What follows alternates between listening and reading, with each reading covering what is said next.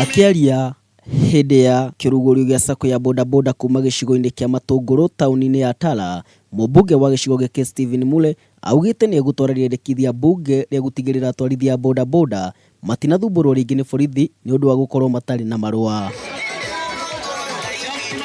Mule augĩte atwarithia aingĩ a bodaboda mena marũa metĩkĩrĩku ma ũtwarithia wa ngari tiganĩte, akiuga marũa macio no matũmĩke harĩ ũtwarithia wa nduthi. Tutakuwa na kasab traffic act, mimi na wewe,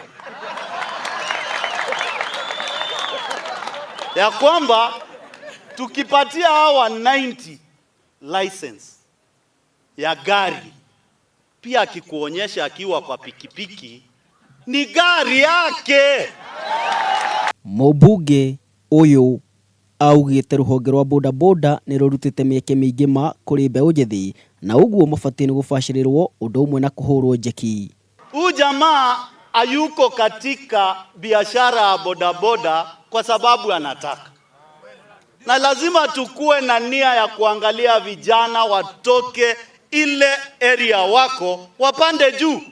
Ihinda-inĩ o rĩu Mule nĩ okĩrĩire minister wa kĩgĩna Henry Rotich nĩ rĩendekithia rĩake rĩa kwenda atwarithia bodaboda makorwo na insurance ya comprehensive, akiuga ũndũ ũyũ nĩ wa kũmahinyĩrĩria.